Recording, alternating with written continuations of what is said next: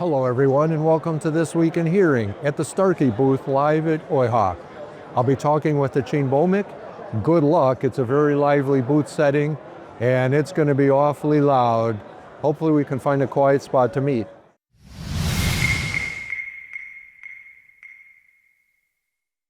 I'm pleased to have Achin Bhowmik with me.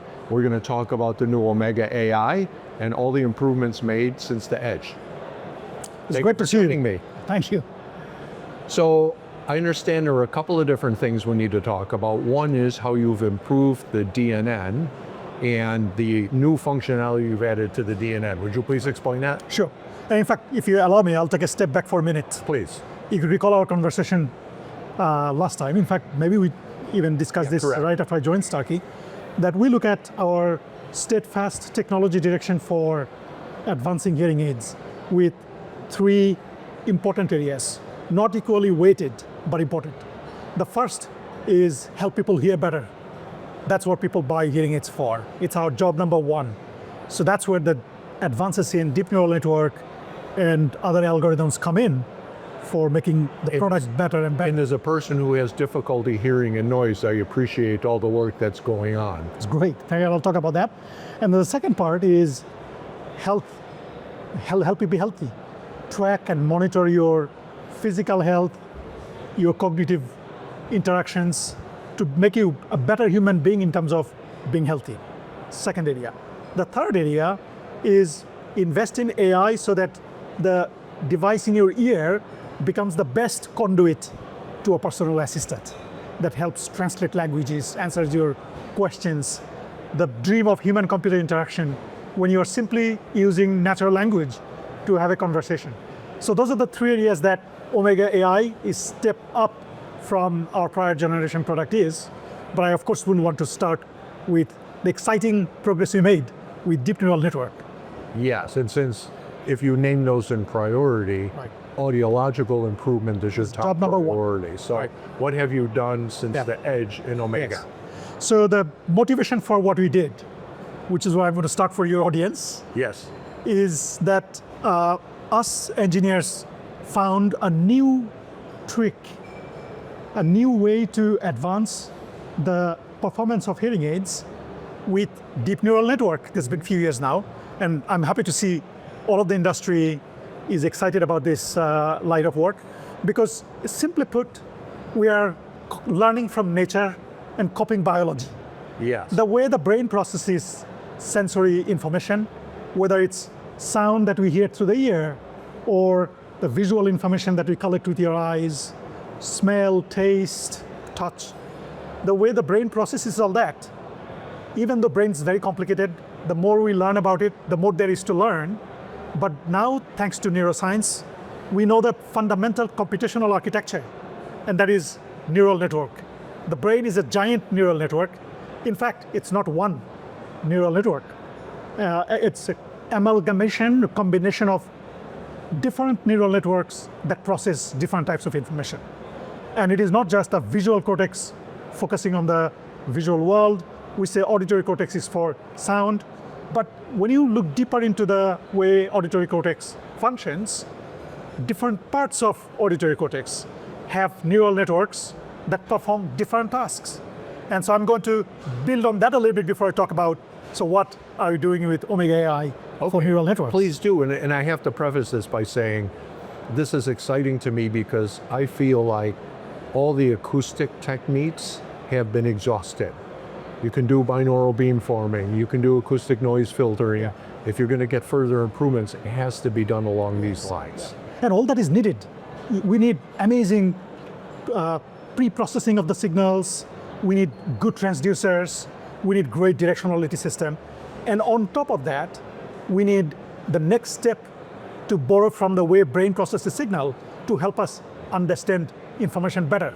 And again, in neuroscience, auditory neuroscience, we say, you don't hear with your ear, you hear with your brain. Because ear is simply sending neural pulses and its job is done. And it's in the amazing computational architecture of the cortex where we are understanding speech, suppressing noise, helping me be aware of where I pay attention to. There might be sound over there and I'm going there. So first with Genesis AI and then Edge AI, we attacked speech in noise. That's the most important part. It's the most important thing. That, I want to understand speech better despite the cacophony of noise. So I think with the deep neural network based speech enhancement and noise reduction, we're getting very good data, very good results. But then you look at what else is important. Well, I go back to the brain again. The auditory cortex is not one monolithic neural network. Yes, there is an area in the auditory cortex whose sole function is to help me understand speech in noisy environment. How about the other parts of the auditory cortex? What are they doing? Well, we know that there is this central component to directionality. Sort of like, it's not simply a if this, then that conditional statement that should drive the directional system of a hearing aid. So for the first time, we have deployed a deep neural network, a dedicated one, that's running in parallel with the speech in noise enhancement. But this deep neural network, is doing a predictive step towards proactively driving my directional system. Okay. Why is that important?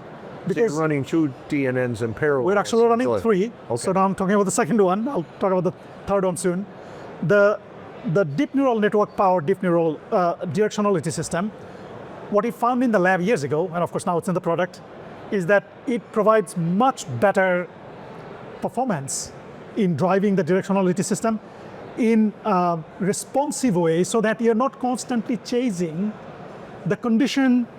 If this condition is met, then do this. By the time you change the directionality system to that, it changed already. Now you're chasing the next one. So you're constantly chasing something that's changed already because of the time varying nature of acoustic waves. With this new deep neural network driven directionality, it's predictive in ways that its responses are not subject to the same fluctuations that you typically see with directional systems. Okay, and so then would I perceive this as a greater sense of directionality? You will get better speech recognition with the directionality system. If you design your directional system and measure it in ways that your directional system is fixed now and you're measuring its performance, versus you're out in the wild and it needs to be so responsive for me to understand speech in real world. We are measuring 28% better speech recognition accuracy with Omega AI with a directionality system compared to Edge AI. So I'm assuming that's in different directions, right? So is Edge and Omega essentially the same if I'm facing forward, but if there are different people talking in different directions, I'm going to have better speech recognition of all those different directions because you're able to interactively follow? So because you're now adding 2 things, one is the speech enhancement in noise, that's there. The other neural network now is doing much more proactive direction for the directionality system. So you're getting those 2 added up. And the third thing that I'll talk about is we have another neural network running in parallel. So this is industry's first concurrent multiple deep neural networks running in parallel. The third one's job is to look out for signals in my 360 degrees surrounding environment to make me better spatially aware. So the way I explain this, even with our biological hearing system, if you and I are so focused on having a conversation and someone calls you from, let's say, 135 degrees and says something, it's very usual for us to not get the onset of speech. And then we turn back and say, can you repeat, what did you say? That's, because you were not paying attention there to that. Right, so it takes a second or 2 before you realize you lose the onset of speech. So this was very common with traditional hearing aid systems as well, that we're so focused on the person in front of me that you would lose the onset of speech. So we have now a concurrent deep neural network just looking out for important sound, whether it's speech or other signals you don't want to miss. And we're measuring 8 decibel better speech audibility for off-axis sound, even when I'm listening to you and paying attention there. So that ATB, the meaning of the ATB is you're paying attention to me and then somebody begins to speak over here. It would have been 8 dB lower with my prior product, but with Omega AI, the audibility is higher. And so fast enough to pick up the onset of speech. Not lose it, because it's doing the processing in parallel. Older systems or many current hearing aids might need to stop this and focus there, but that's already lost. So you need some processing to be in. You need a different neural network, And the way the human brain works, you've got multiple neural networks doing different things. So we are now sort of like trying to move on to the next phase of neural network, where do more of what the brain does in the hearing aid itself. Yeah, and hence the three running in parallel with each other. And so then if I take the edge AIs and I swap them out for Omegas in an interactive environment, I should then be able to understand speech coming from different directions much better. That's exactly what it is. So, Yeah. I say, even though I'm a passionate engineer, but to a patient, none of this matters. The patient doesn't care whether I have 3 concurrent deep neural networks or classic signal processing versus AI. Yeah, they just want to hear better. Are they hearing better? Yeah. So after fitting thousands of patients with Omega AI, many of them were upgraded from Edge AI to Omega AI. And we're constantly hearing them, they're hearing more, but not in an annoying way. They're more aware of environment around them. So I'd love to kind of fit you with our That would be Omega AI products. Bless my wife. She's so used to, we go out to dinner and she's, what are you trying today, dear? Yes. And I'll say, today we're doing the Edge versus Omega. Yes. And Yeah. I'll try them in a loud restaurant when we might be talking and then the server comes up and begins speaking. It would be, a very interesting comparison. One thing you recall, I might have told you before, the reason I came to the industry and the opportunity that I saw, and I think we all collectively chasing that opportunity, that is to make us superhuman. So you'll see our language, marketing language these days, it's technology so intelligent, it's superhuman. I have no hearing loss yet. I have normal hearing. But I can't live without this now. These are Omega AIs, by the way, the brilliantly designed custom mold that Mr. Bill Austin made for me.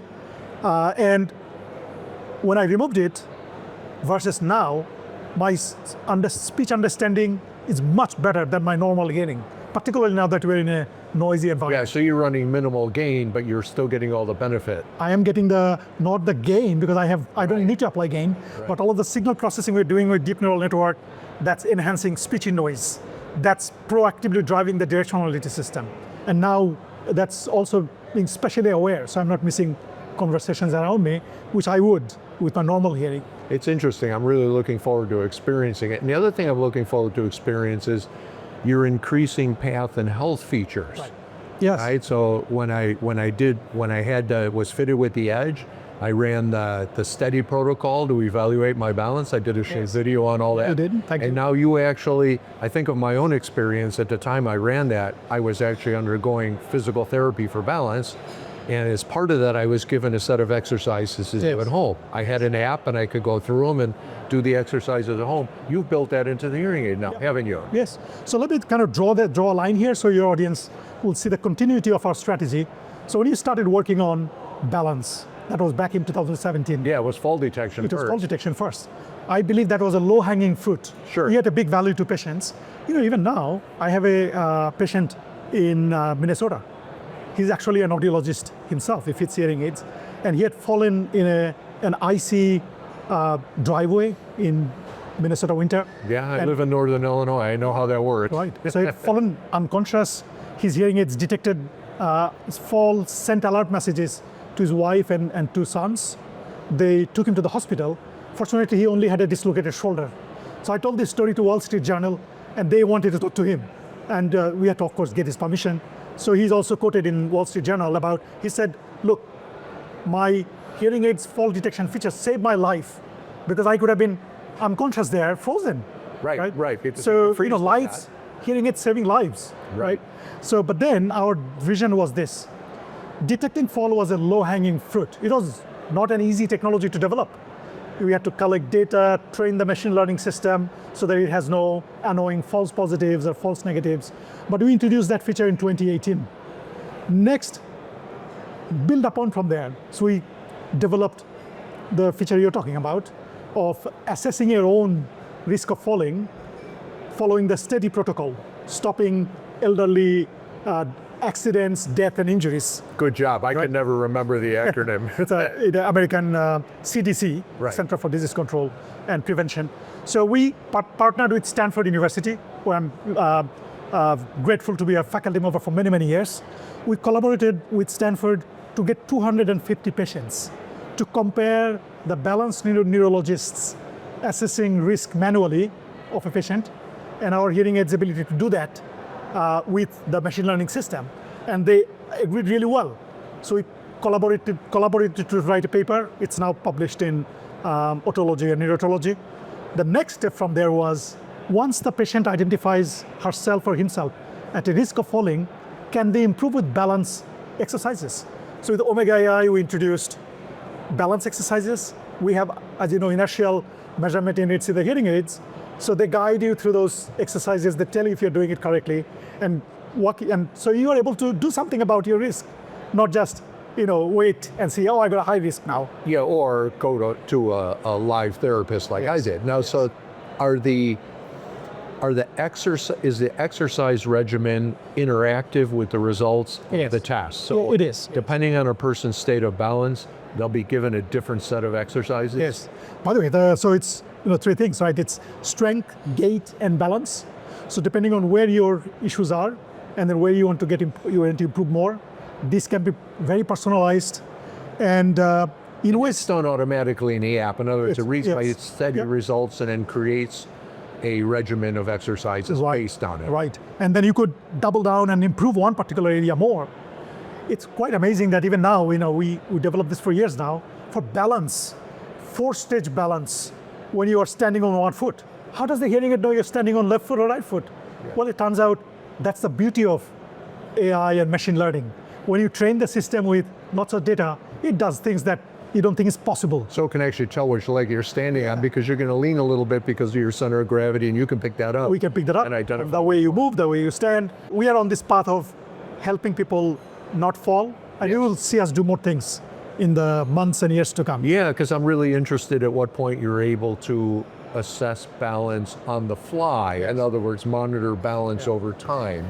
So you have studied this area. I don't need to explain to you what the opportunities are, but you can see we are passionately pursuing balance. It's so important for people with hearing loss. There's such a strong correlation between hearing loss and fall injuries that it behooves us. We can do something about it. So I feel really passionate about it. No, it's really good. And in the respiration, so I'm assuming you're using the hearing aid microphones to listen to respiration. So that was another one of those that we can, with machine learning, we're able to read it so accurately that it surprised ourselves. And so now I can just simply pull up my app, and I am curious about this my health button. I go to respiratory rate. I try right now. I look at today. 13 breaths per minute. So, I don't need to use another device to count, because my hearing aid is always monitoring me. And right? so I'm assuming then you're looking for like gross effects. In other words, if I start breathing fast and shallow. Then outside of your range. Yeah. Right? And it is an important vital data that you want to keep, but how many of us pay attention to it? Particularly our older patients, for whom cardiorespiratory health is very, very important to track. Our dream here is that your hearing aid becomes your early warning system. It knows you might have some problems before even you know. So that's the dream we are pursuing at every step. Well, and you've opened up a range of possibilities. Tell me if this sort of thing is on your roadmap, or at least in your head. You're not only counting respiration rate, but you're detecting when somebody coughs, and you can tell what kind of cough. If it's a little, or if it's a deep lung cough. For sure, yeah. Right? The biomarkers in voice. Yes. And we have actually, we've been very public about this. We have published a paper where we have built multisensory devices that tuck very nicely into this custom mold, and we're able to measure heart rate. Sure, because if you combine respiration with heart rate, SpO2, blood oxygen level, or heart rate variability. Temperature.